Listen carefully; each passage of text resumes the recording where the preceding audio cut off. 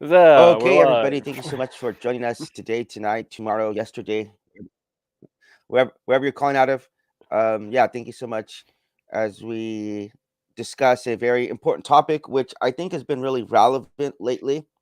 And you know what? I'm gonna go ahead and give you the opportunity to introduce the topic, Mage.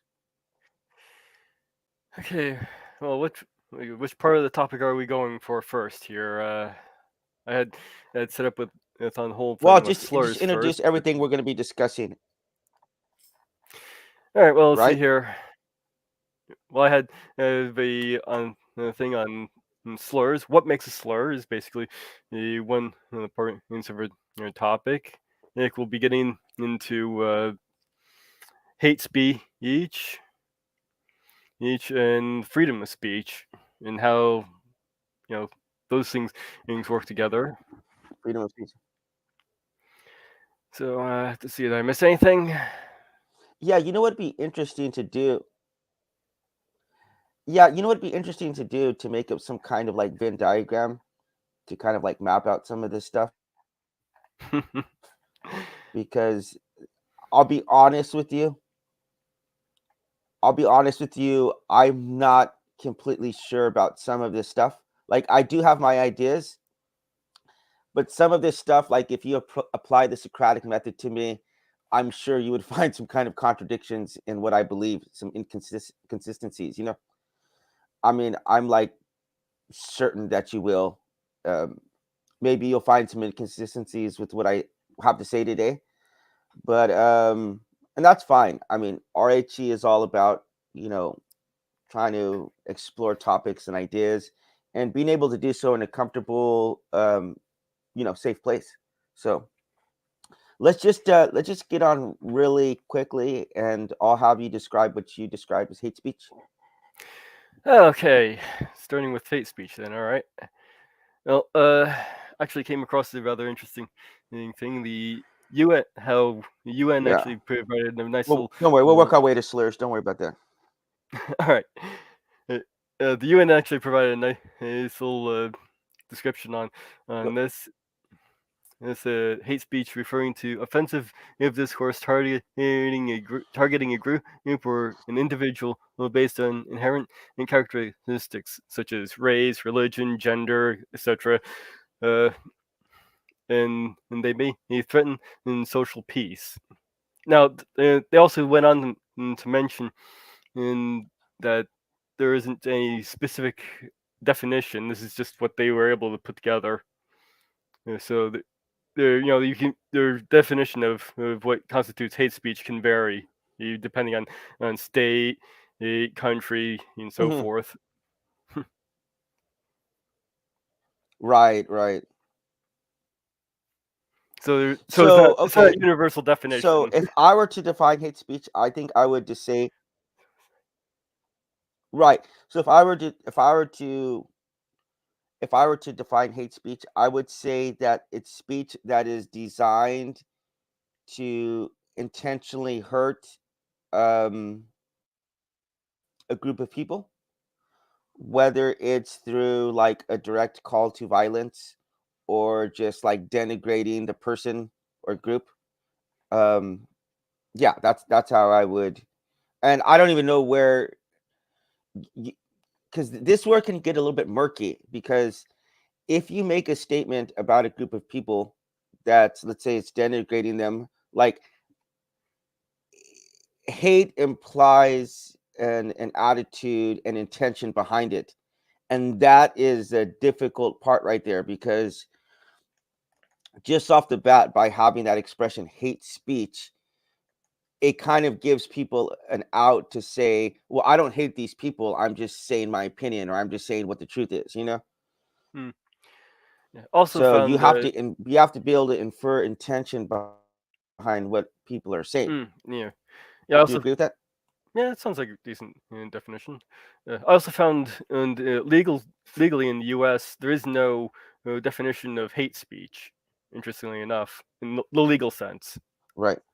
However, there is hate crime, and Okay. that's defined as That a criminal offense against a person or property motivated in whole or in part by an offender who's biased against a race, religion, disability, sexual identity, ethnicity, gender, or gender identity.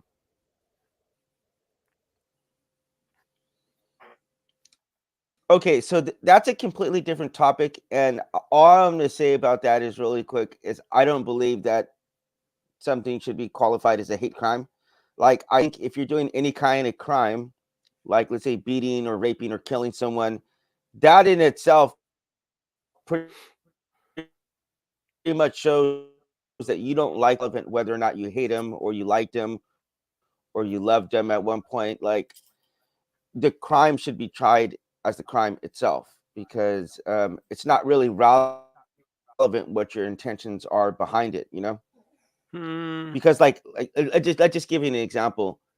Hold on, let me give you an example. You could describe you could describe a husband killing a wife as a hate crime. Okay, he hated his wife, and so he decided to murder her, whatever. So again, but that again gets into what exactly do you think that hate is? You know, hate, and you have to be able to ascribe that to a person. So you have to know, you would have to know inside of their mind whether or not they hated a person.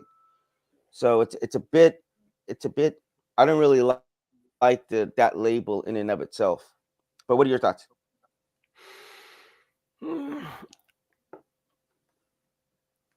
I can see where you're kind of going with but I can see where hmm. Well, I can see where intention Okay, put it like might this: come into play. Have you ever heard?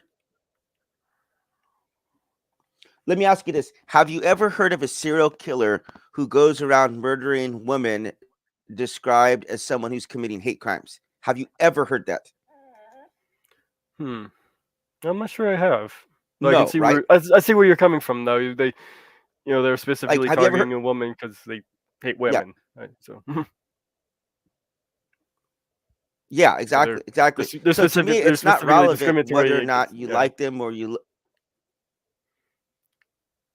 right. Yeah, It's a not. specific. Sorry. Yeah, Go ahead. to me, it's not relevant. But anyway, that's a whole nother can of taters right there that we don't need to get into right now. Yeah, But I there just was will just say a that little bit there's of a overlap there. connection between those two. Right. Okay. So, how would you personally define it then? Uh, yeah. Like I said, I think the definition I came across from the UN was a fairly decent one. That's why I decided to go with that. Okay. All right. So, let me ask you something. When you hear the expression free speech, what are your thoughts on that? What do you think that that means? Uh, Pretty much freedom to say what you want, and that also mean that can also include some pretty darn disgusting stuff. However, that also would mean that the other person hearing it can have the freedom to call you out on it. I was actually he had looked up on the First Amendment. Right. You can look. Right. Okay, obviously it's protecting free speech. Congress shall make no law respecting an establishment Uh, of religion, prohibiting the free exercise thereof, or abridging the freedom of speech, or the press, or the right of the people peaceably right. to assemble and to petition the government for a redress of grievances.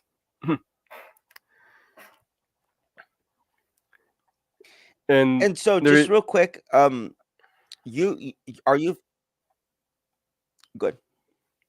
Oh, I was just gonna say there's also a list of things that Are you familiar? there's a list of things that the Constitution doesn't cover as well, but we can get into that in a moment.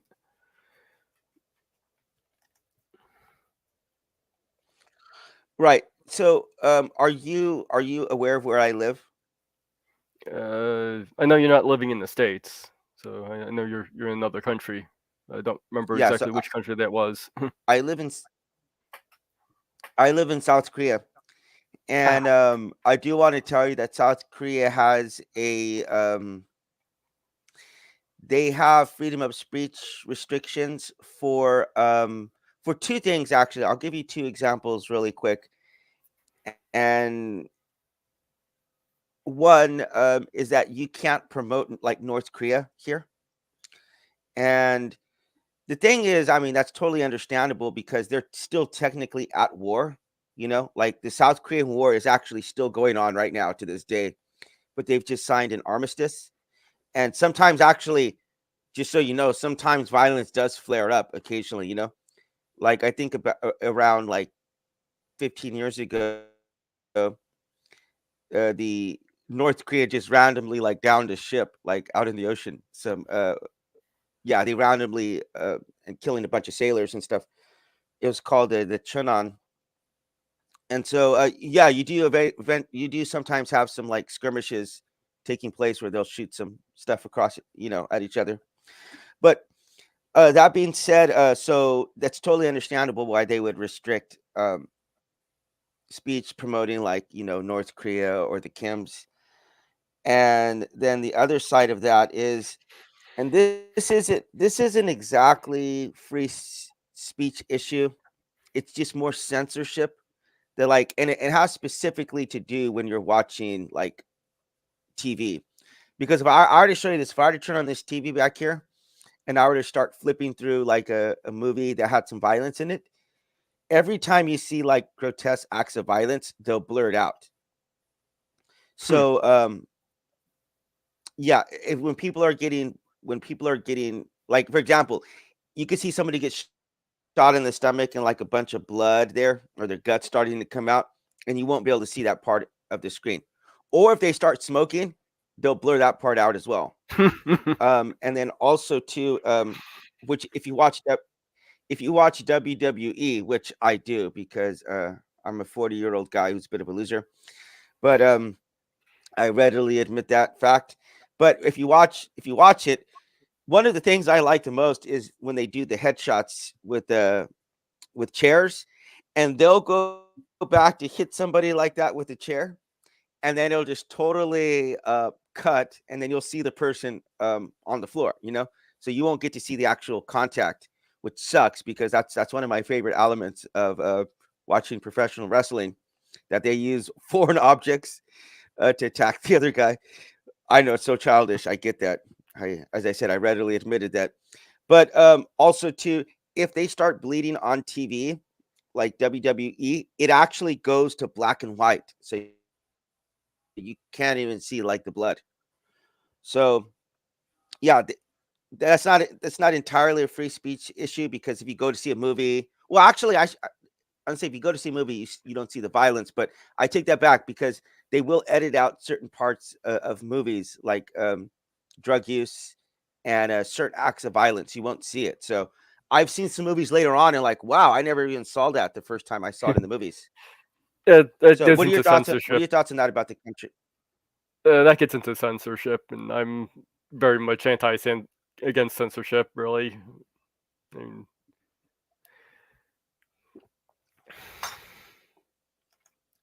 I want warts But and all. so you're against any kind of censorship on. On just about any level, really. Yeah. Okay, so but other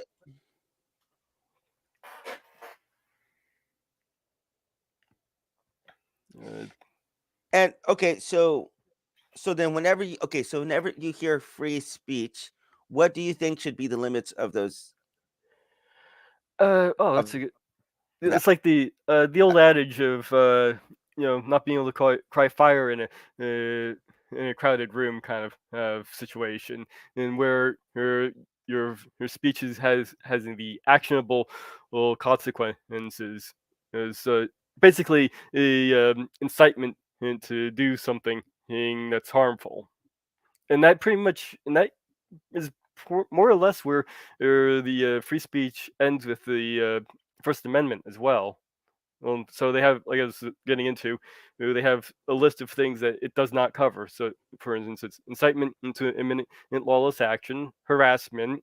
Basically, uh, your boss using his power to sexually harass you at work, for instance, and also speech. It's not just but it's not just covering words of speech, it's also covering actions of speech, such as protesting.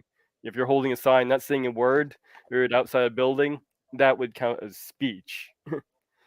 True threats, defamation, obscenity, and child pornography. I don't think we need to explain in that second part. Yeah. Fighting words and non-expressive conduct. Now, some of these are a little bit kind of on the vague side, such as fighting words. I was a little confused on exactly what constitutes that. But the Supreme Court kind of Well, went into to oh, explain that a little bit more. You want to say what was it? yeah. So let's say if I went out to like Harlem and I had a sign that said "I hate" N words on it, and I'm just holding it right there. The reason why that wouldn't be covered under free speech is because that sign right there is likely to incite some kind of violence, and in this case, actually against me. Um, so I go out and I hold that sign. Chances are I'm gonna catch me an ass whooping. You know what I mean? Um, thankfully, Actually, that. actually, But yes, so you could. Believe it or not, you could do that and have it pretty much be covered. That were, of course, like I said, people around you can actually, challenge you on that as well. Thus, free speech. But the First Amendment prevents government from punishing so speech and expressive and because it okay. this So what? Yeah, it's but okay. So I'll give you an example. Okay, so I'll give you an example. We've interviewed Jeff Scoop, who's a former Nazi, and he told us very specifically, like when they went out to protest, they had absolute rights to go out and protest. Okay, mhm, no one was saying yes. you can't go out there, and they had the right to say things like, illegal aliens are taking over America, and blacks are destroying the blood of the country, and of course, Jews are responsible for the weather because they blame everything on the Jews. But um, they could go out and say all of that. What they couldn't say is like that guy over there is causing a problem, and we need to go get that guy over there. Yes, You yeah, know what I that mean? that They yeah, that just couldn't do stuff. They couldn't yeah, say stuff that was downright intentionally likely to cause some kind of yeah, if it could cause good. if it's going to, outwardly try and cause that person over there or to get it lynched, yeah, that would be resulting in an actual, well, Right, thing right, from your speech, so that's not covered. But yeah, right. And exactly. so, okay, so I want to switch gears a little bit and talk a little bit about SNS, because I do want to tell you that for years and years and years, I had never gotten banned off of Facebook.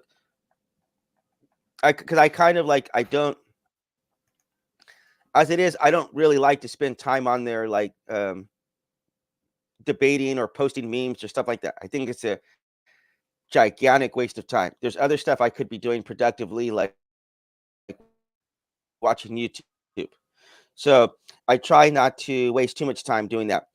But I I I came to understand that whoever was responsible, if they were using AI or something, they didn't understand the idea of sarcasm, because there were some times, like for example, somebody asked me if I could prove that there was an afterlife, and I said jokingly, I'm like, yeah, I could, but I'm gonna have to kill you first." Like it was obviously sarcastic, and I got flagged for like threats to the person, and I'm like, I think No, any rational person would have saw that as like clearly a joke. You know what I mean? I wasn't yeah, saying I yeah, um Facebook is or very things like sensitive that. So to I had gotten flagged sometimes, and but yeah, Facebook is very sensitive to that, and it's basically it's a bot system that they're using to, so they're basically it's just picking up keywords, and when it picked up what you said, it doesn't understand context. mm, I've seen somebody talking about how, they were trying to help with, you know people with suicide. And that's it's a bad thing. They're trying to put out how the we need to help people with this who's suicidal, and that picked up on the word suicide and banned the person and for just saying that, even though they're trying to be anti Right. promote it in a way that would prevent people from doing that, but it didn't pick it up. So it's very Facebook is very sensitive. In fact, I almost never post there anymore just because of how sensitive their system is.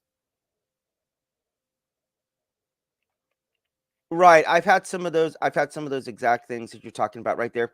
The other part of that too is how frequently I hear conservatives complaining about their algorithms or whatever they're doing, their censorship. I'm like, if you really don't like these platforms, then just stop using them. Like, this is a private company who has the prerogative to promote or not promote whatever they want. If you don't like their algorithms, if you don't like their this or that, use another platform, grow another conservative. Like, I really, although I although I am not a conservative, I really like the idea of the conservatives starting their own like Truth Social. And just, if you guys want to have your own little area where you exist on the internet, like, go and do that, disseminate everything that you want. But don't get a dictate. Like, I shouldn't be able to dictate, go to Truth Social and say, oh, you guys aren't being fair and balanced. Like, no, that site is existing for them to have their own little private echo chamber. All power Yeah, to them. I get where though on the flip side to that, there's also the problem of the eyes are on those other sites, on those social sites. So if you're trying to get your message out, you're getting fewer eyes. You're only getting an echo chamber, or with Truth Social or whatnot. So you're not really being able to get your message out the way you want to. So that kind of creates a bit of a problem with getting your speech out. Hmm. So I do see where there might be an issue with how controlling some of these sites can be, or Right. restrictive, or So whatnot. I have gotten some of my videos. I've gotten some of my videos age restricted and demonetized on YouTube, and I've appealed some of them. Maybe like half of them I've gotten overturned, half of them not overturned. But some of them I'm like, I'm not even going to appeal this because I know exactly why they demonetize this. But I take a step back and say, I don't agree with what they're doing because I've seen stuff that's 1,000 times worse than what I've said, and that's still monetized. So I'm like, I think it's nonsense. But at the same time, I'm a guest in their house. It's like, if you come into my house, I invite you over, I offer you tea and drinks or whatever, and then you start complaining about my tea and say my house looks like shit or whatever. Okay, there's the front door over there. You can walk right over, right, scoot your house right out the door. You know what I mean? You're a guest in my house, and you should always have that in your mind. You go into someone's house, you can't be complaining, and um, because there's leaving is always the option. So I don't make any kind of, when I see people complaining, oh, Facebook is this, Facebook is that. I'm like, delete your account, buddy. The delete button's right there in the corner. So I don't know what people continually complain about. Hmm. I would like to see well, at least one service set What are your up thoughts on that? for sort of like I would like to see one of these services set up sort of like the phone service. So you can say what Such as? you can say your mind, short of committing illegal actions, and and you're free to do so.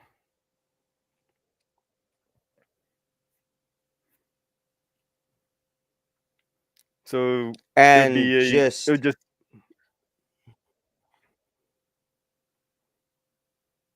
it'd be regulated just like how you would with the phone. Sort of along lines of what Elon Musk promised he'd do with Twitter, but didn't. so really, then what you're talking about would just basically turn into Pornhub, though, because that what you're talking about already exists. It's called Pornhub, where people just post everything, No, and it's just going to be porn. I mean, that's maybe exaggeration. 98%. The vast majority is going to be people, posting porn or some really disgusting stuff, man. There's some unbelievably evil stuff out there and unbelievably evil people with some really bad intentions that have to you have to you have to take account for, man. I mean, you really do. I unfortunately uh I unfortunately got told about some of this stuff, and I had to do a deep dive on. I wouldn't even say that deep dive or short dive, but I mean, I'm sure I haven't even seen even a quarter of like the worst stuff that's out there. But I mean, there's just some really, really, really unbelievably horrible stuff out there. So if you don't allow to censor or to delete stuff, I mean, you're just going to be flooded and inundated with some evil shit, absolute evil shit. But Mm. I do want to switch gears over to um over to recently what happened in Harvard. And do you have any idea of what happened recently with the hate speech that was going on, Not sure. Mitch? Can you run by With the me? So president? with the president, I'm not sure if I'm familiar with Okay, this story. so it's several different. Okay, so okay, good. So it's several different universities like Harvard and Yale. They were having anti-Israeli protests just days after October 7th, by mind you. But they were actually some of them were actually saying this whole like river to the sea chant, which is it's pretty much a call to genocide, that to That's see that. basically Israel wiped There's off the face of the. there's actually two ways that's used, and one is the genocidal version. One is more of a rally for freeing Palestine, which is probably what they were intending to use it for. Okay, well, there's okay, touche, touche. I agree with that, but it was being asked of the presidents that would calling for a genocide be considered hate speech or banned there. And it was positively unbelievable that they couldn't just look at the person asking the question and say, yes, that is obviously hate speech. Like, if that's not hate speech, then really nothing qualifies as hate speech. Calling for the complete destruction and eradication of a whole group of people. And the lady, I don't know her name. I can't remember her name right now, but she couldn't in her mind wrap her mind around it, or just being very intentionally evasive by saying that it matters about context, because if that is being followed up by actions, then it would qualify as hate speech. And that second point is actually irrelevant. There doesn't have to be any kind of action behind it. Merely like saying, I believe that all Jews or all Muslims or all trans people should be wiped off the face of the earth. That in itself, all in of itself, right there, qualifies as hate speech. Would you agree with that? Mm, in a sense, yes. Yeah, so I would have to say that would be the point where hate speech could be protected, though, Elaborate, please. because you're not calling for specific violence against these groups. You're just stating what you personally think. So you're not calling for any actionable consequence to what you're saying. You're just saying I hate the X group, Hmm. which is covered, or which it would be protected. And people in reverse can say, hey, you're a bigot, and that's you know Right. perfectly okay for them to do. Hmm.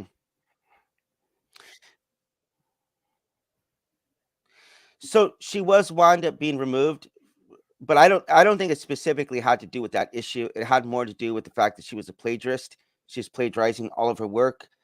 But I think that does go to show that some groups of people, it seems like hate speech is more tolerated um, against.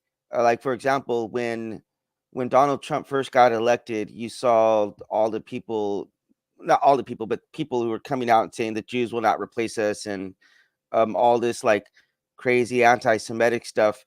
Um, and so there does seem to be groups, especially white people. And are you white? By the way, I've never seen you, but are you white? You Yeah, sound white. yeah. I'm about as white as you can Okay, possibly so you're get. white. You're white. I'm actually Mexican, which technically qualifies as right as white because we are, we're technically from Spain, I suppose. But but I have seen hate speech recently directed towards white people and Jews that like it is just mind blowing to me that like this is uh, permissible. You know what I'm saying? Just white devils, basically whites are like responsible for every ill of the world. It's like there's no gray, there's no gray area here. And you could use whatever kind of profanities or slurs you want towards white people, and it seems to be perfectly fine. What are your thoughts on that? I have been seeing that with the particularly with the left lately. Yeah, I do see where you're coming from with that. It seems it, What are your thoughts on that? yeah. Well, there is some justification for that level of hatred because there are a lot of situations where white people have wronged a lot of groups. However, that doesn't necessarily make it right to be hateful. Yeah, we're, as I've heard it described as it's Hmm. passing the baton on of hatred, and instead of overcoming hatred. So we Passing on the wrong. baton. Wow, I'm at the where'd you hear that one? I Oh, I heard that one from I take it you're not another smart enough to YouTuber. come up with that by yourself. So No, I heard that. Yes, I heard that one from another okay, YouTuber. so passing the baton. Yeah, basically, okay. So Okay, so we've yeah, so that's good. Passing the baton. yeah, yeah. So basically, we've wronged this group, so that group is naturally going to hate our group for that wrongdoing. And then as power dynamics change and we begin and gain more equal footing, which we should have, if that hatred consists or persists and begins to overtake things, and we again pass the baton of hatred. So now, uh, they have. We recognize that hating this group is wrong, but we're not recognizing the hate in the opposite direction in as so much, and then that creates resentment on our side. We end up creating hate, and this goes back and forth. Into this big cycle instead of never overcoming the hate, which is just a really sad thing.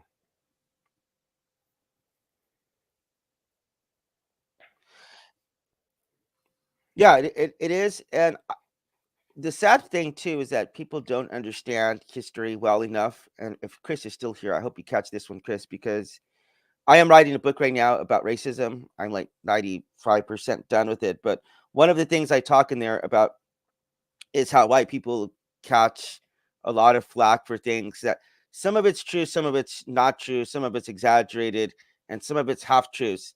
Like, for example, you hear very frequently that, like, especially in America, that like white people are like the most common to be serial killers, or especially white males. Okay, white males like in their 40s, 50s are the ones most likely to be serial killers, right? Or to have the highest body counts. But the reality is, though, if you take a look at not just America, because obviously there's a lot more white people in America, but if you take a look at the entire world, the most prolific serial killers have not been white. They've actually been from like South America.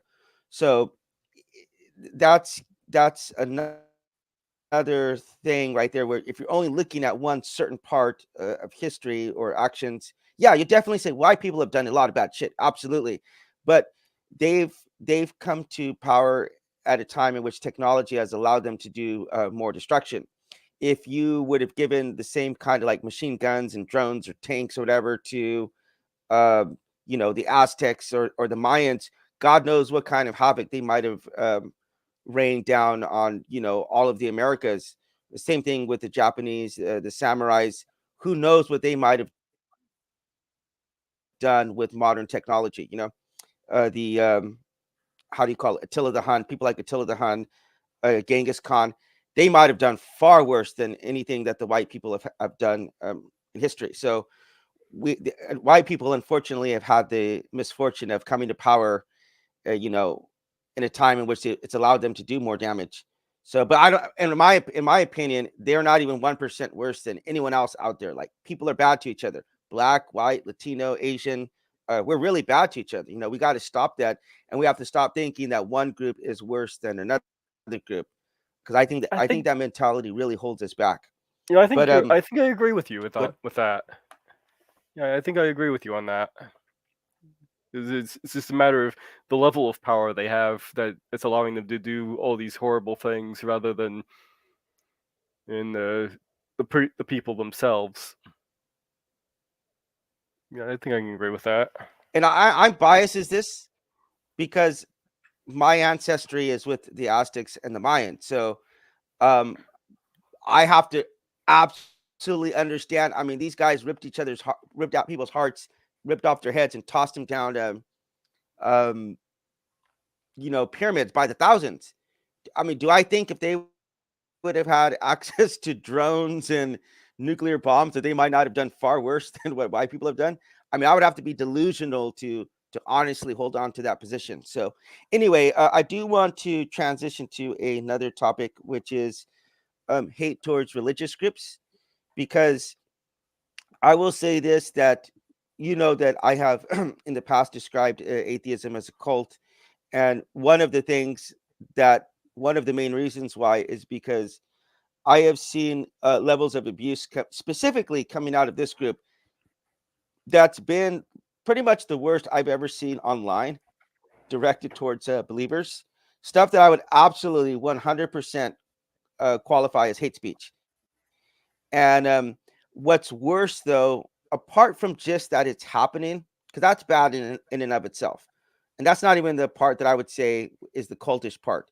The cultish part comes in whenever there's people who refuse to gatekeep and call out this like extremely toxic and extremely abusive parts in the community. That to me is the cultish element, where there's like a groupthink and you're justifying this horrible, horrible, horrible um, abuse that's hurled towards religious people like myself. What are your thoughts on that? Because you can give me the insider as an atheist yourself. Uh, can you give me an example of what you're talking about?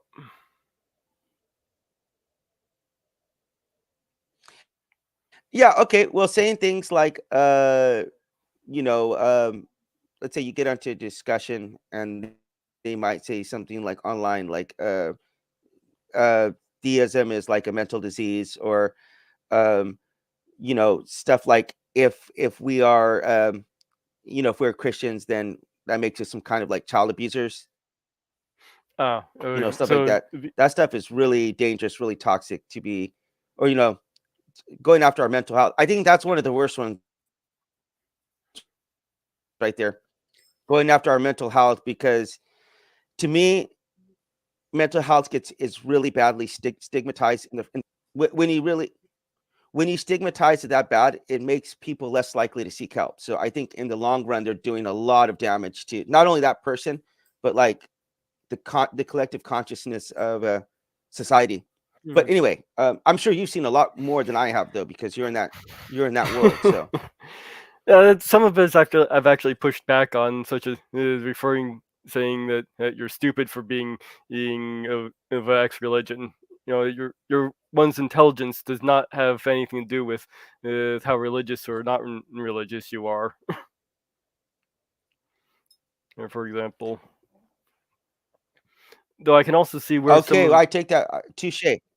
I can also see where some of this anger and Go- hatred is coming from, because people are coming out of religion feeling that they've been lied to their entire lives, and that's going to mhm. have backlash to it. So again, we can maybe take that back to the passing the baton of hate. They felt they've been wronged by Mm, mm. this religious belief their whole life, and now that they're coming out of it, that's going to have backlash to it. So it takes them some I time to actually get over really that. love this baton. Yeah, it's a good analogy, I have to say. I am. Oh, it's brilliant. It's because it actually last night. I just watched the movie Looper. Have you ever seen that movie? I've not seen that one. It is on my list to watch though. It's a okay. Then I won't give away any major spoilers. But you know that in time, it has to do with time travel. I'm sure you know that. Yeah, I do know that it has to do with time travel. But You're breaking up. Okay, looks like we stuff may have. Yeah, and yeah, he's all roboting and broken up here. kind of like it just has to Oh boy. do with a lot Yeah, I can't understand what you're about saying. repeating cycles, and learning from the past and Nope. There you are. Okay. Well, looks like I have to take over here for a little bit. So let's see where we're on religious news and how they were attacked. Um, wasn't really a topic I had prepared here. Uh, do, do, do, do. So I guess I'll go reverse back to First Amendment stuff.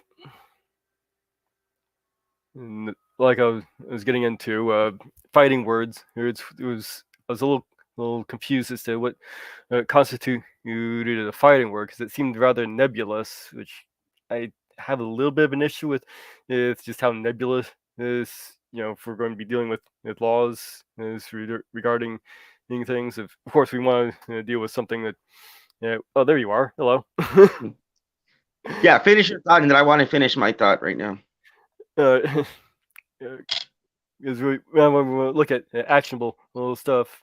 So the Supreme Court has refined and what constitutes a fighting word several times over, or, or from just looking at an exchange directly result in investigation or exchange of fisticuffs, fist fight or whatever, or some kind of fight. The First Amendment and government from punishing speech and expression in contact between it disproves of the idea of the ideas expressed, even if the words are considered to be fighting words. The First Amendment will still protect the speech if the speech restriction is based on viewpoint discrimination. Hmm. So actually, kind of getting into that, if you would find someone saying something bad about your religion, and it's their viewpoint that the religion is bad, and so that would technically be still protected. No, I'm not saying like if you were to say, okay, maybe Segueing back to what we were talking about. yeah, okay. Let me elaborate a little bit more on that because if you said that Christianity is immoral and illogical, I'd be like, yeah, I actually totally get that. I actually totally get why you would say a lot of the things that this doesn't make sense or that it's an immoral religion because there's definitely parts of it I think are immoral as well. Like I don't think it's a perfect philosophy by any stretch of the imagination. Okay, um, or perfect religion, however you want to describe it.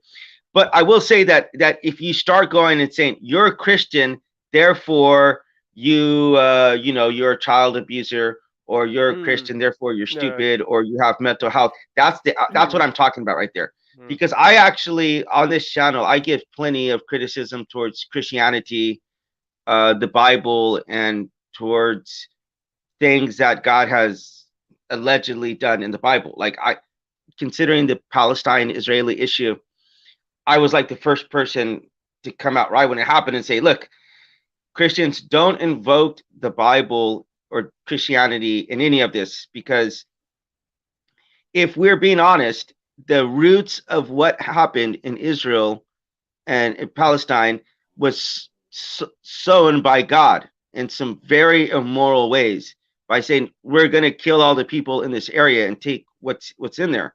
So as a Christian, I have to say, I'm not see, some of that I think is definitely allegorical, because there's a giant allegory that can be drawn between Israel leaving Egypt, and Egypt representing like what's in the world, and we're leaving that to follow Christ, to follow God.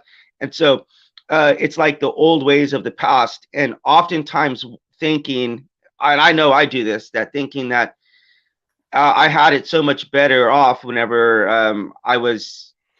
before I was a Christian, because I didn't have to worry about trying to follow the religion, or having a guilty conscience about the kind of things I was doing before. And sure. so you miss the old days where you could kind of just do whatever you want. Like, um, I don't feel it. I don't feel that way at all.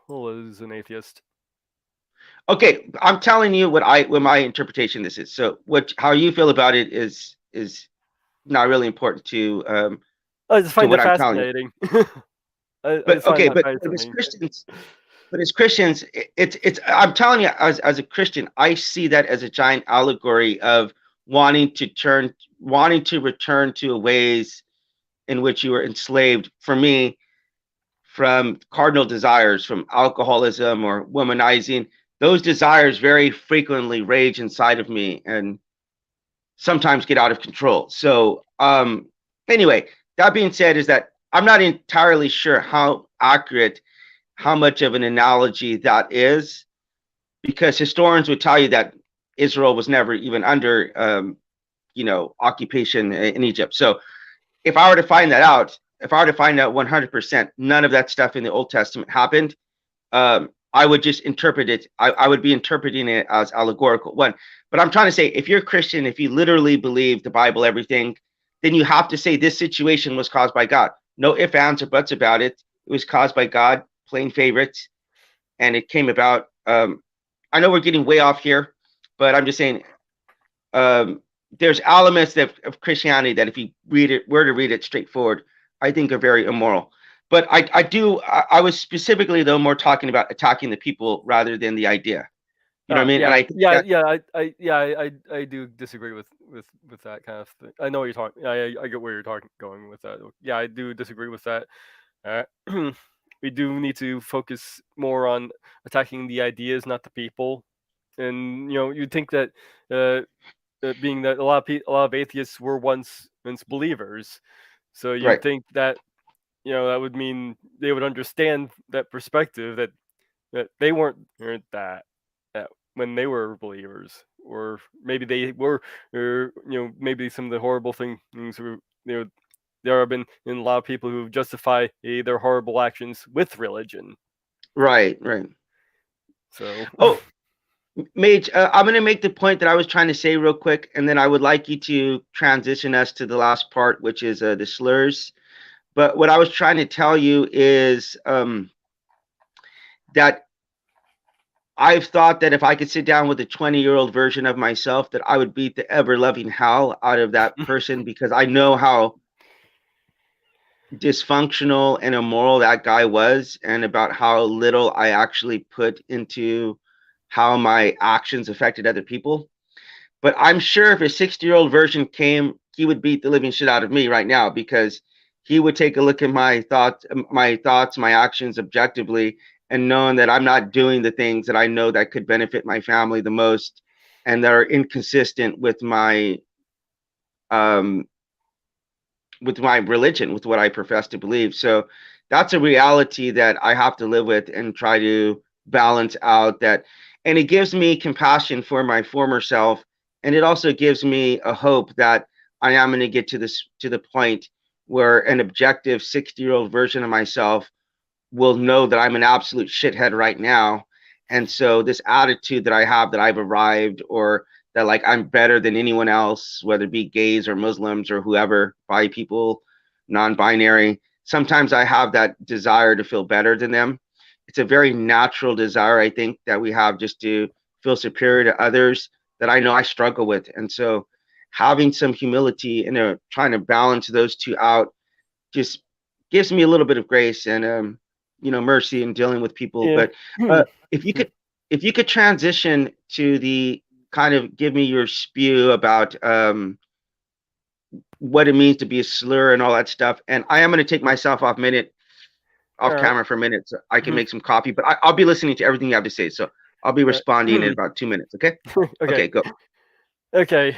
Uh, I came. I've run. I was. This actually kind of started this whole thing with is this a slur? Or so. Obviously, we had run-ins with old Elon on us declaring that it is a slur on his platform, X, formerly known as Twitter, or and this has created a lot of conflict as to what exactly he he does this slur mean. I came across this interesting WordPress as this document, and wasn't covering CIS, but was covering the term turf. If is this a slur? And it listed 6 criteria as to what makes the slur a slur, and there's no consensus as to who in philosophy there is really no consensus as to what makes a word a slur. So the first two criteria, for instance, are was set up by one philosopher. Some would say that only one of these criteria are needed to define something as a slur. And the criteria include is the word commonly understood to convey hatred or contempt? Does the word have a neutral counterpart that denotes the same group without conveying hatred or contempt? Now, I would say that just from those two criteria, which would be what this one philosopher came up with, if to define what is a slur, I'd have to say that this does not constitute being a slur. Now, some would argue that is the word commonly understood to convey hatred or contempt, and some would argue it is doing that. I'm not sure if it necessarily is. This goes if we go down into the dictionary definition, cis relating to cisgender, of related to or being a person whose gender identity corresponds with the sex the person was identified as having being at birth. And keep in mind, I think looking at a dictionary definition here is actually fairly useful because we're looking at a common understanding of the word, and that's what dictionaries give us.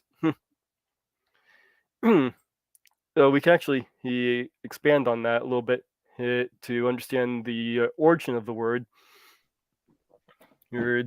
So you're saying that a dictionary gives like a non-nuanced version of a word. Yeah, And it's basically giving us the general consensus idea of what the word means. yeah, and I think I think there's a problem when theists look to a dictionary and say, well, a trans woman isn't a woman because, the dictionary defines it in X, Y, and Z way. I think that's problematic because if you take a look at a word like stream, okay, stream, what does stream mean? Well, 100 years ago, stream would obviously just meant one thing, which is, well, I guess it would have meant two things. It would have meant like an actual like small river, and then you could have also used it to say like a stream of like profanity, whatever, Yeah. like a never-ending flow. Okay, In but fact, you can. obviously right now you and I are streaming, so Yeah. we're doing something that 200 years ago, if you told someone that we're streaming, they would have no idea what you're talking about, you know? Yeah. So Words change, and the context of them does change, and also there is no oh, counterpart to cis to denote uh, that can be used in the same way. okay, okay. So what is the problem? Okay, what is the problem? And this is okay. I'll tell you what. I have a couple of problems with the trans rights movement and the LGBT plus movement, because I'm generally, you know, in favor of all the rights that they're wanting. There might be a few exceptions that you know, there might be a few exceptions that I'm against, but for the most part, I would say I'm probably like 90% of the way to almost everything they want. But that being said, I don't see what's necessary I don't see why it's necessary to describe someone like me as a cishet, you know, because if you're just distinguishing a trans woman, or let's say a trans male, okay, which is like, I don't even see why people want to be like out in the front open with that in the first place. Like if you transition to be a male or a woman, just say like you're a woman or male. Well, The idea of wrapping your whole identity up in this, just it's a bit confusing because I don't wrap my identity around like being straight or well, that's you know. it's a great example you just gave. Why would you? Why do we have the word straight? Why even have that word to describe yourself? Hmm. Exact same reason, and because it's filling a part of our language uh, that we don't that doesn't exist. Just Okay, no, I get that, but why? Okay, I'm not saying you so, shouldn't have I'm not saying you shouldn't have labels. Like I don't introduce myself as like a cis, or I don't introduce myself as a straight male. You know what I mean? mm, Um, and I don't know too many trans people who generally introduce themselves as being trans though. okay, touche. But but also too within this community, within the, like, let's just say like the gay community, I've seen very good talks like on Jubilee. You know Jubilee, where they get people that from opposite views to like have discussions. I'm not sure if I'm familiar with Okay, well, it's basically RHE, but with actual viewership. It's actual it. quality, high quality produced stuff. But you know, they get different groups of people and have them just come together for discussion. And they were doing so with conservative and gay, conservative gays and liberal gays. Brain fart. Okay, so the gay conservatives were like, I don't feel a part of this so quote community that you guys have over here. Gay is just, I'm not wrapped up in my gay identity. You know, like it's one part of who I am. I would never go to one of your rallies or you know, put that out in the open or be like flamboyant about it. You know what I mean? I have my job. I do, you know, I have a partner, but I'm not really wrapped up in that identity. You know what I mean? I think it becomes really, I'm not sure if that's a problem for me. And maybe if I was in the community, I might think differently. I'm probably sure I would think differently. But as an outsider, it's hard for me to understand why people get so caught up in these labels. What are your thoughts on that? uh, Depends on. I think sometimes using a label can be useful. Well, if like you're surrounded, I've used say a I describe myself as having blue eyes if I was in Japan and I'm surrounded by people with brown eyes. That's where labels can be useful. Though that's all also trying to get. Why would we use cis? Yes, why uh, not use people have used the word I'm not cis. I've heard this argument and someone's like I'm not cis, I'm normal. Well, what does that say about a trans person? Are they saying, oh, that person is abnormal, there's something wrong with him? And it's sort of the implication, and they use that exact same argument for gay and straight. In fact, they're at one point when gay was coming into the limelight, people would say I'm not straight, I'm normal. And it's the same exact argument.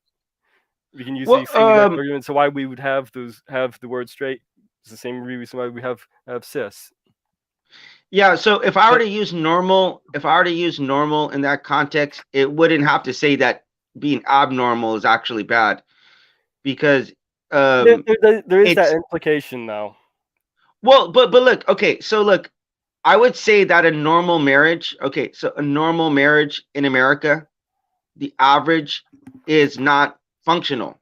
You know, the average person is like the norm. Let's say the norm is dysfunctional in people's lives.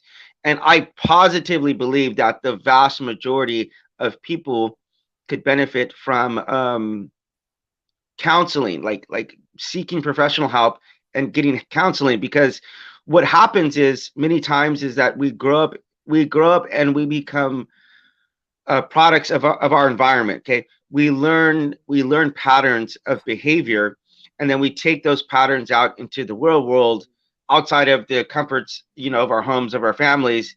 And many times this stuff is not like it's so ingrained inside of us. It is like at a subconscious level. It is just literally how you respond to different situations.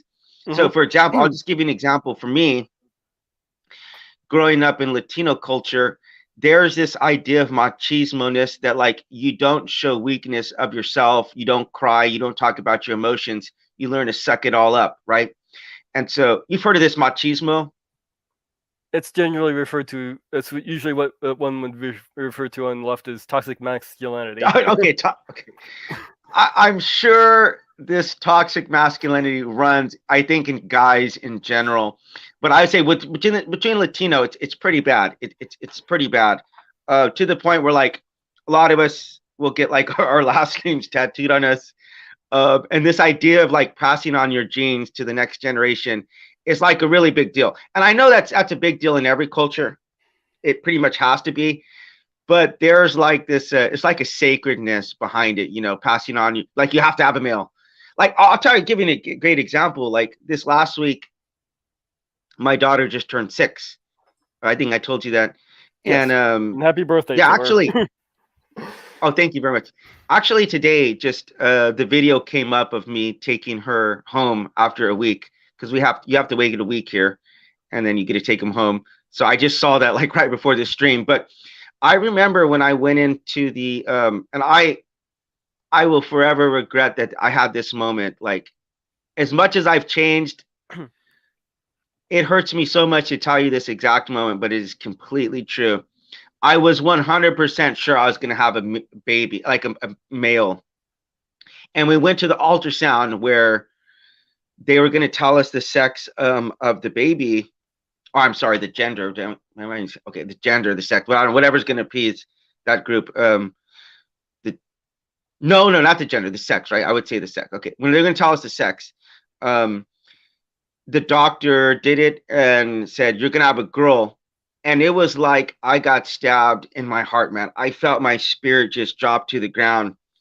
And my wife was, she was, I saw her get really happy, and I had to fake this, like, I had to fake this happiness that I was there, but I was like seething inside. And oh man, it's very painful knowing that I've had to like break out of that stereotype, my mindset, that machismo mindset that I had, because I realized it was so ingrained inside of me.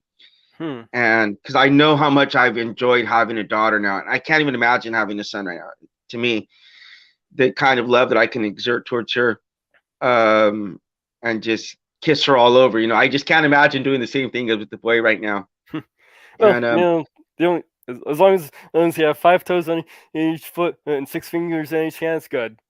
yeah, exactly.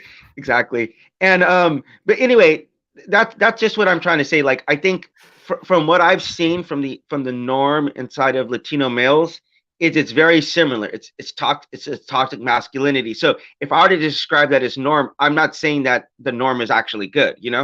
So if Hmm. I say that a trans or abnormal, that's just a Yeah, qualitative but fact. yeah, But but though it can have carry that connotation of degrade of degradation of saying you're not normal, you're this other. You're okay, that's where the problem can come into using that kind of. So instead of having this word instead of having a word saying I'm normal, you're this other thing, I can say I'm cis, you're trans. So it doesn't have that possibility of having that connotation to it. So going into my criteria here. Do the people who the word is applied to either use it to describe themselves or accept it when other is use it to describe them. So for a good example of that would be the N word. You have black people will use it as a sort of a form of solidarity between each other, but it's definitely not It's a okay if greeting. you're not black. It's actually a great. It's a salutation.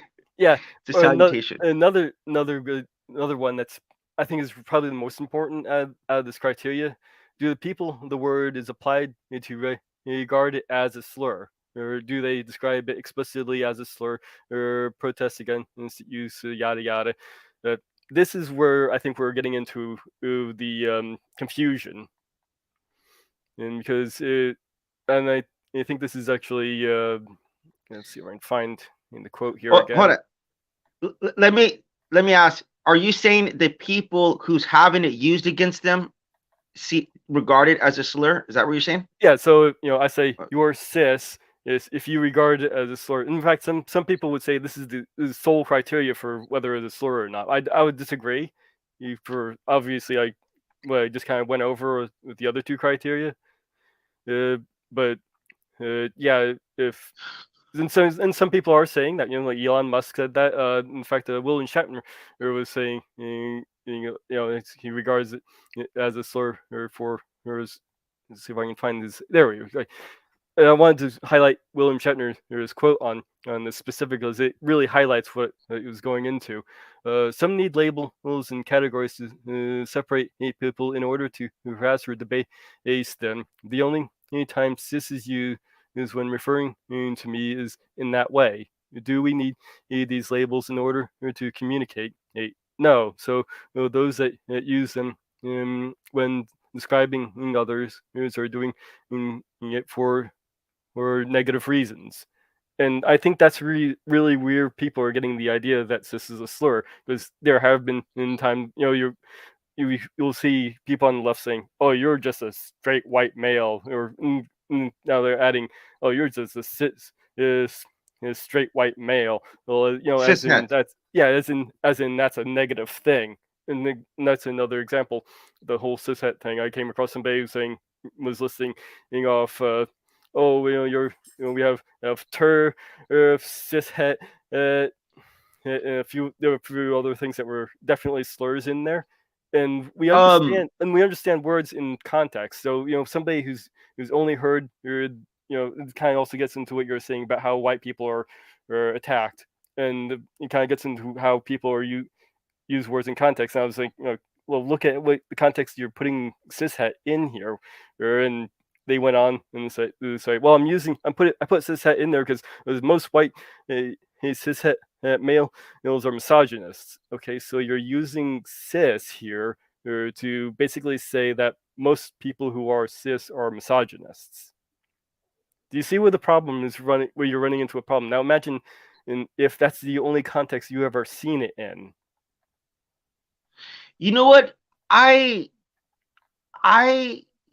just kind of came to a realization right now whenever you said that, like, because I've never made a connection between gay people not being misogynistic. But if you take a look at gay men, I mean, that just totally makes sense. They actually get along with women like really well. And like, what does that say about us straight guys if gay guys are having more respect for women? Like you don't hear gays like making really derogatory rap music about Well, yeah, I'm not women. wasn't I wasn't really getting into the statistics of whether if the statement is true or not. I'm just saying if they're using it to as a synonym for if they're using cis or cishet as a synonym for or misogynist, that's people are going if you're not if you Okay, if you okay, I get if you're okay, I not get what familiar with this if you're not familiar with cis is they're making that connection. We understand words through context. So if that's the right. context that they're using it in, and that's all. I can see where people are getting the misconception. I do have to stress is a misconception of cis being a slur if that's what people are seeing, and that kind of gets into my last two criteria. What speech act is the word used to perform, and that kind of gets into our definition. And we wouldn't look at we don't look at straight any. We will actually I say we don't look at straight anymore as a slur because it's performing these functions, and we shouldn't be looking at cis as either, because if we're looking at, like I said in the statement, oh, you're a cis straight white male, well, all those words are being used in the same context to be in that negative context, but we're only looking at cis in that there. Okay, sorry. It took me a little while to get where you're Okay. actually going with this, but okay, Okay. I totally get what you're saying now. That like the context of the word in which if you're using it with other words, actually can turn it into a slur. Yes. Okay, I got you. Or we might recognize it as such, even if it's not, because it was a person that happens to be using it alongside things that are definitely slurs. Yeah, no, I get that. I totally get that. And there's also, and my final criteria here is what other words does the word tend to occur with, which is what we're just getting into. Right. Other. Okay. Yeah. No. That makes sense. Actually, I do want to because we're already at the hour mark, but I do want to talk about one last topic, which is the trans topic, because we've alluded a little bit to this, and it's related to this last topic. But I am someone who actually kind of takes this a little bit more extreme than most people, even on the left or in the LGBT plus community, because I am under the conviction that, especially if you have a group like the trans people, that like hate speech directed at them might have some real life consequences that could really harm them. And I'm talking about actual hate speech, because I think a lot of what they describe as hate speech isn't actually hate speech. It's just either making your opinion known on a matter, or drawing a distinction, or we're talking a bit about drawing a distinction, or just saying, look, I think this is the reality of the situation, and it certainly doesn't mean that I hate you. If you need my help, I'll help you. If you could solve this through medication or through counseling, objectively speaking, that seems like a better scenario than going through such extreme lengths as surgeries that will take away your ability to reproduce or to feed your baby after it's born. I just have to say, objectively speaking, that's my opinion, but it certainly doesn't mean that I hate trans people, because I take it a step further. Like, if people are out there actively trying to hurt people, this community, with words, like I am so utterly against the way that Christians engage these people. I think it's so offensive and so hurtful that these are people with real life, real world problems that has caused them a lot of discomfort in their lives. So I'm just very careful when I try to talk to them and try to interact with them, that I'm careful to understand a misgendering might actually give this person a bad day, and it might actually be a cause of the source of sorrow in their lives. And I personally don't want that on my conscience. I don't want to have to know that I've done something that's going to hurt somebody. I'm curious on what you were saying. Let's say you woke up tomorrow and you had a woman's body, full functional. Everything. You can get pregnant. You can and feed your kid. Would you want to keep that body? Mine stays exactly the same. I mean, you don't really know how you'd respond to that. And that's kind of like that's the reason why I don't go after them, because I'm like, I don't know how I would respond if I had a genuine, like, persistent, gender dysphoria. I mean, I suffered from some dysmorphia and some dysphoria in my life as younger, but it's something that wasn't persistent, and it's something that eventually I was able to overcome. And then there's But I don't know what it would. there's actually an interesting situation where somebody was born and they had their penis removed. So they decided, okay, we're gonna just raise this person as is a girl, and actually, and even though they were raised as a girl, they said, no, I'm a boy. Uh-huh. So that kind of shows that whatever's going on upstairs for the saying that determines its gender or is ingrained into us just in some tangible way. Well, I mean, either way, dude, like I just believe that. Well, kind of like I'll just relate this to the looper. That let's just hypothetically speaking say that I'm the same person as this transgender person. Let's just in a weird, whacked out alternate universe. If I'm at a different stage of well-being or growth or development, and if I think about those the roles being reversed, let's say I was the transgender person, or I was the person who was an alcoholic, or whatever it might be, that somebody needed help. I would want another version of myself to be compassionate and helpful towards me, loving, caring, kind. That's not going to try to hurt me or make my situation worse. That's the thing. I don't want to make people's situations worse. So because I've been described as, this is, listen to this. No, I've been described. No, this will catch you. I have been described as the most transphobic and homophobic person on the internet, really? On the entire internet, and that's like that's. What was that? I've run into worse. Well, that's a pretty extreme thing to say about me, because that's completely antithetical to what I try to promote, but at the same time, it's like I can't help but be consistent with what I believe is the best for people, because seeing my wife go through, what? I want to take that back.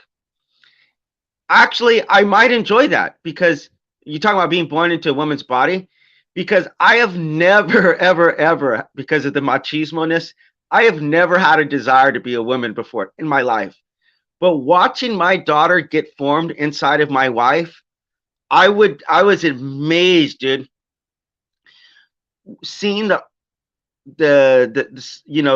sonograms, and seeing, some days I would look at my wife and she'd be sleeping, and I would see my daughter like moving around, and I'm like, that is the most magical, unbelievable thing I've ever seen in my life, man. So yeah, that might be actually a cool experience. Interestingly enough, trans people do experience that as well. What do you mean? It's the opposite of dysphoria.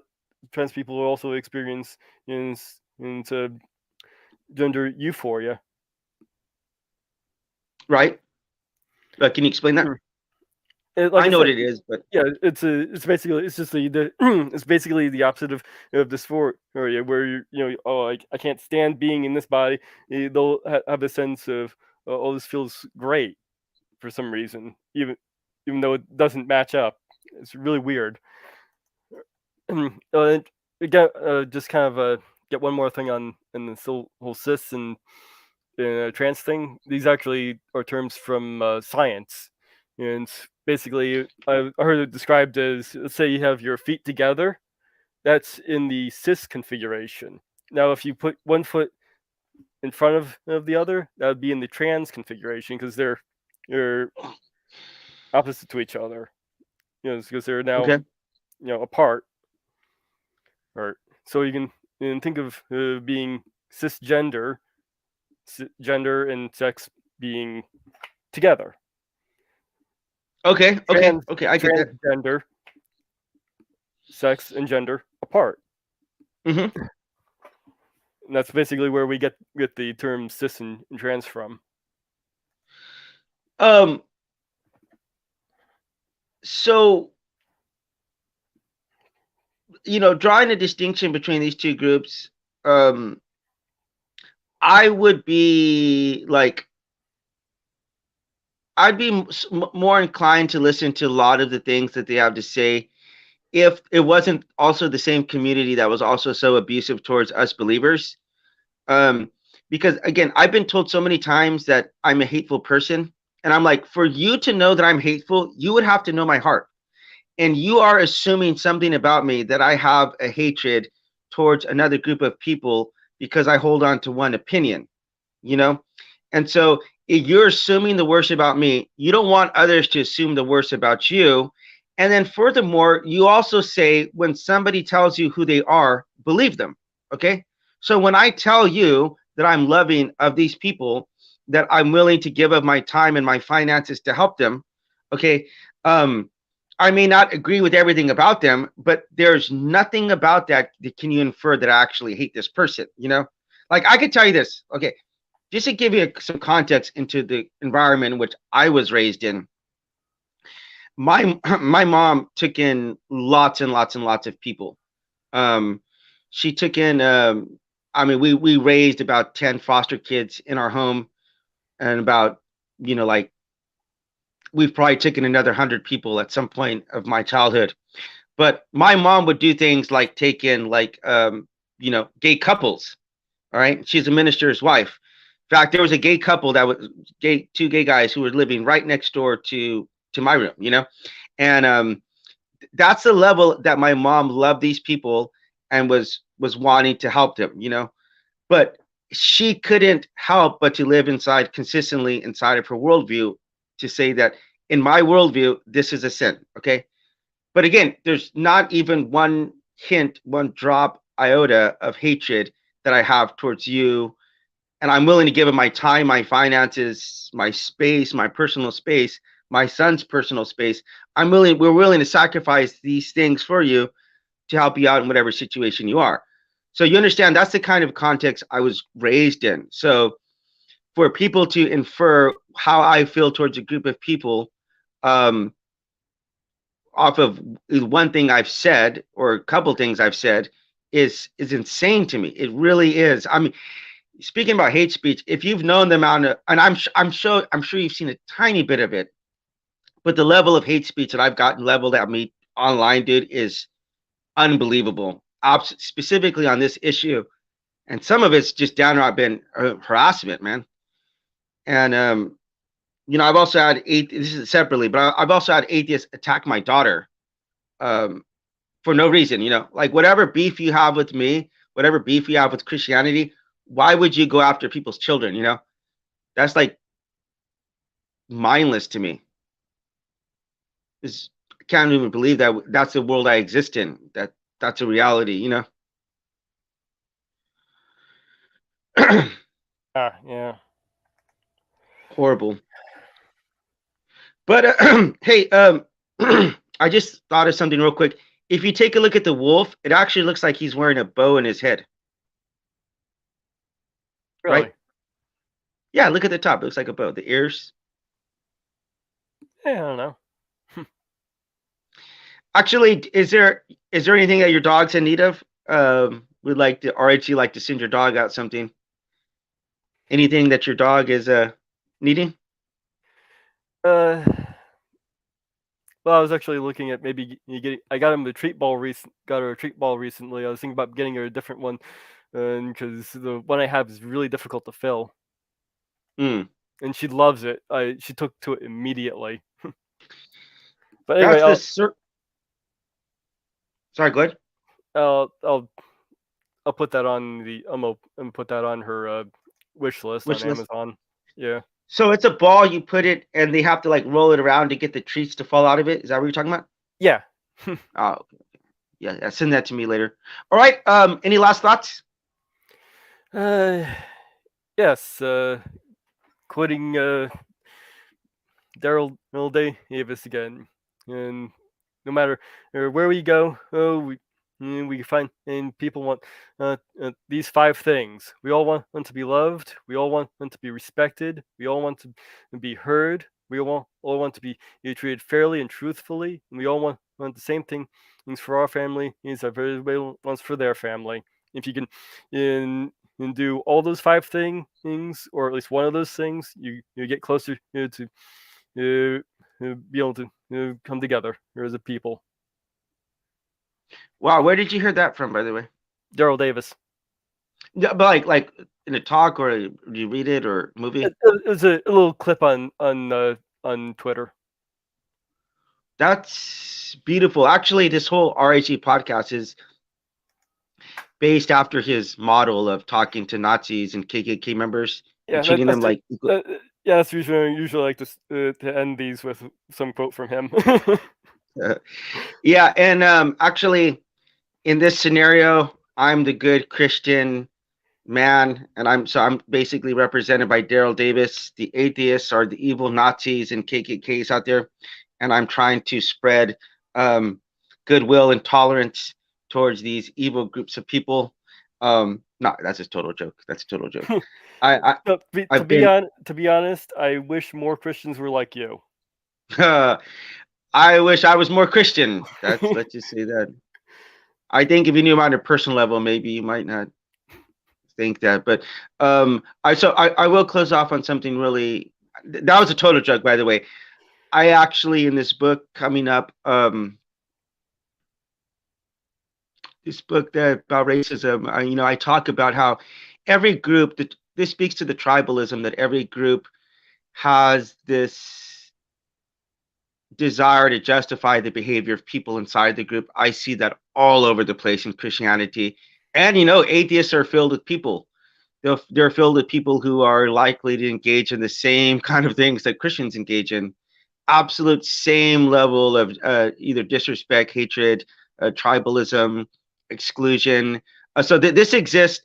This is completely not exclusive to either side. Okay, but I will say that I did have the opportunity in 2022 to go to England and meet up with one of my co-hosts, and I got to spend some time with his family, and because I stayed with his house, we exchanged Christmas gifts, and at some point, maybe halfway through that trip, I came to a brutal realization that this guy was like a better father than me.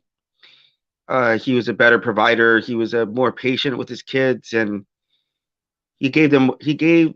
I saw him giving more care to his daughter than I give to mine, and that was like a gut punch, because like my religion at a fundamental level was not equipping me or helping me enough. I couldn't hide behind my religion and say I'm any kind of better of a person than this guy, because at the end of the day, all the philosophy, all the religion, all the streams, all the seminars, books, whatever you have, like the most important thing in my life is my daughter. And I realized in that moment that I could learn from this atheist. Right, at the end of the day, I'm not going to beat myself up, but I'm like, I could really learn from this guy. And it's a very touching moment that for me, it took me going to another country and to spend some time with an atheist who I only knew as a screen online, as a name, as a picture. And so I just genuinely believe that like we can all learn from each other. And Yes, I agree. atheists can I absolutely atheists can agree. atheists can learn from Christians, Christians can learn from atheists. I mean, I've learned from Jews, Muslims, Hindus, and yeah, I just really think that, because getting down to hate speech, like in order to be able to demonize and to give someone hate speech like that, you have to really find their life to be intrinsically lacking to where you would be willing to degrade them or promote hurting or killing them. And I've seen Christians do it, and I think it's absolutely evil, because I've met gay people who are more compassionate, who are more caring than I am. So I know I can't paint with a broad brush that all gays or trans people are bad. I mean, that's so ridiculous to me to paint with those brushes. But I think we all paint with certain brushes, and I think it would be great to take a step back and just say, hey, rather than just levying a stereotype or prejudice at this person, it would be better if I got to know them on a personal level. And I do want to thank you real quick for your contributions to the channel, because you always come and you actually prepare more than I do, which is embarrassing. But thank you, Mr. Wolf, and definitely want to send your dog out something So send me that thing over, and we'll send you out something. So, yeah, thank you for your time. I hope you have a nice weekend. Be sure to check us out on social media, and we have a lot more talks like this. I'm gonna leave you with this outro where, I'm not perfect, but I don't have perfect conversations, and I've said a lot of stuff that I regret actually on these streams. But hey, just trying to do our best day to day. So, thank you very much, and here we go. Learn from each other.